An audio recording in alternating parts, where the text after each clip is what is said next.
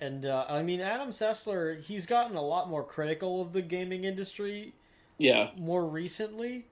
I I think don't. he's gotten a little bitter over time just because of all, Yeah. I mean, but he did a really good job, like just exposing the of just overall exposing the gaming industry for like taking advantage of people with DLC hmm and what the hell do they call it? Loot boxes, Yeah. which I think have been banned now. I In think it's certain been countries. So yeah, I think it's in been the European outlawed. Union, the European Union actually sued, I believe, EA was where this started and made it so because Was they this with considered loot Battlefront? boxes as a form of gambling. Yeah, Yeah, was this with specifically over Battlefront 2? Battlefront. Yeah. Right. Yeah.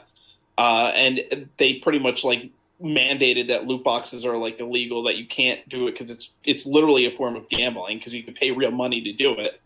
Well, And I think they were able to prove that they like skewed the rare ones yeah, to be like a lot more rare than they were letting on. yes. I think someone did the math once, and like to actually unlock all the content in Battlefront 2, you would have had to play for like tens of thousands of hours. Like it was some obscene amount of time Hmm. to like do it without paying money. But you could just pay money and get it like way faster. So that was like the controversy behind it. Yeah, And I'm pretty sure now like they pretty much have made it so everything is like equally unlockable. There's no more like chance of smaller chance of getting this rare thing. It's like everything has to be equally unlockable, and you could do it all for like for free without having to grind for thousands upon thousands of hours. yeah. There's a thing with I mean, I don't know if it really holds that much weight, but like supposedly this is like a thing that like Wizards of the Coast is afraid of, or like trading card games. Supposedly this is a big thing. The is like they do this like supposedly this is done with Magic the Gathering, Mm-hmm. where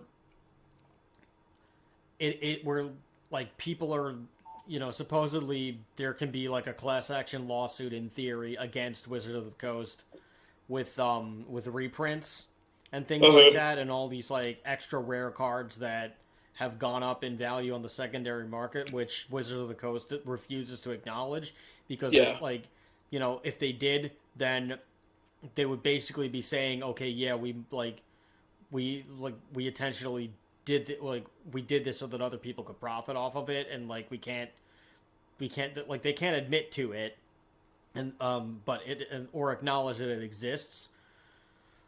I don't know. Supposedly, there's provable math that you could point to the rare card that you could point to like certain cards that they like that they'll like when they design a set. You know that there's that like in order to attempt to balance like when you Mhm. design cards or a game or anything, you know there has to be checks and balances.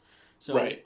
when you're making, let's just say a 200, let's just say you're making 300, you're making a 300 card set. hmm So and you know that each card has to be of a certain rarity, common, uncommon, rare, and extra rare, whatever you want to call it, hmm right? So you make these so you know you have to you so like the ratio has to be pretty, it has to be adequate. So like, hmm 1 in 5 you'll get you'll get a rare. 1 in 3 you'll get a common. Like one in like there's a 1 in 1 chance you'll get a common. There's a 1 in 3 chance you'll get an uncommon. There's a one in Uh-huh. five chance you'll get a rare. There's a 1 in 10 chance you'll get a super rare or whatever the hell it is. So Yeah. you have to like spread out the ratio, and when you're designing it, you have like to check and balance it. You have to, some cards are just naturally going to be better than others, Right. and that's just how the game is played.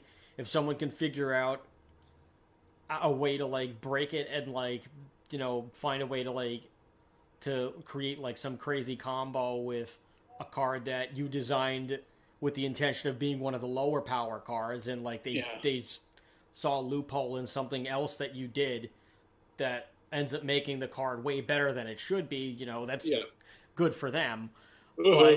But there's like there's supposedly a thing in like the Magic community where there's provable math that the company is intentionally pushing they're intentionally making cards that are better that much better, which fine, but they are doing so, and in the print numbers they are telling the printing companies to print a certain number of these cards, so they're limiting the print number of the really good pushed cards. This is what the community says. This is what people on YouTube say.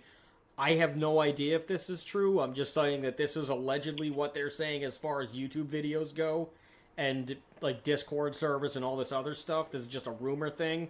So basically making artificial demand for these cards. Right. Yeah. That's like allegedly this is what the case is. I have no idea if this is actually provable, but supposedly they're being dishonest with the cards that they intentionally know they're designing to be really, really, really good.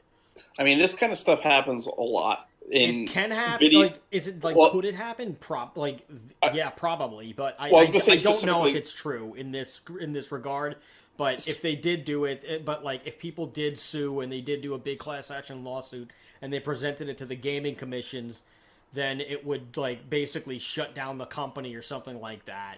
Well, I know it's allegedly. I don't know how true that is or if anybody, but if the community decides to actually do it and they get tired of shady business practices and things that Wizards of the Coast is known for doing, then if they just get tired of all these or of them not giving the reprints of things that they want, or they get tired of what they're doing in the game or whatever it is, if they get tired of these things and they just say enough's enough, let's just get together and do a class action lawsuit.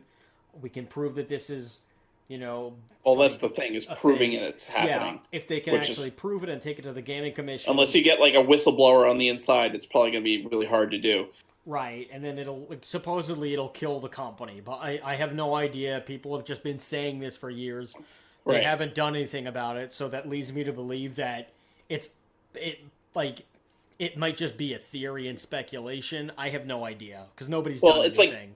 The problem is that because this happens all the time with, specifically with video games, where when a new console comes out, Nintendo is a perfect example. When the Switch first came out, they purposely only made X amount of units, say 3 million units or something, that pretty much sold out immediately, right, in pre-orders, and then they delay when they're going to release more units. And what it does is that it creates this artificial demand. It's Nintendo Switch's consoles sell out in the first day. Well, yeah, it's easy when you only have 3 million units in circulation, to sell out in the first day. And, basically it creates demand for it, because it's all of a sudden now, they sold. First of all, it's oh crap, they sold out. It must mean it's a really good console because they sold out so fast. And second of all, now everyone wants to buy one, so they can release FOMO. It. Right, and now they know that they can release it in another only 3 million units or 1 million units, and they'll immediately sell out again because everyone all of a sudden wants one, right?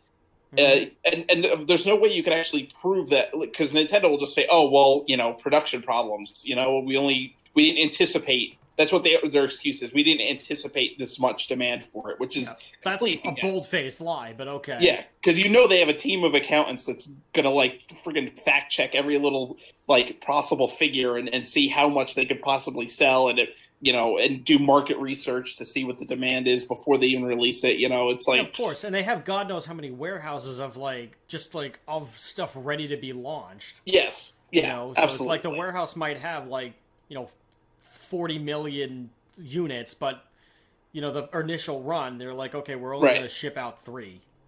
Yeah.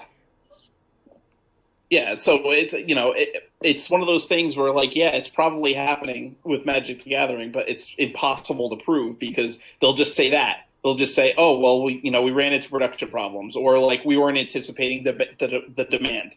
And there's no way you could prove it unless there's someone on the inside that's yeah, they were, and here's the figures to prove it, Right. And I mean, they have pretty bad Glassdoor reviews, but I have no idea, I have no idea who exactly is going to do that, and whoever would have those numbers, I imagine that they would have a pretty cushy gig there.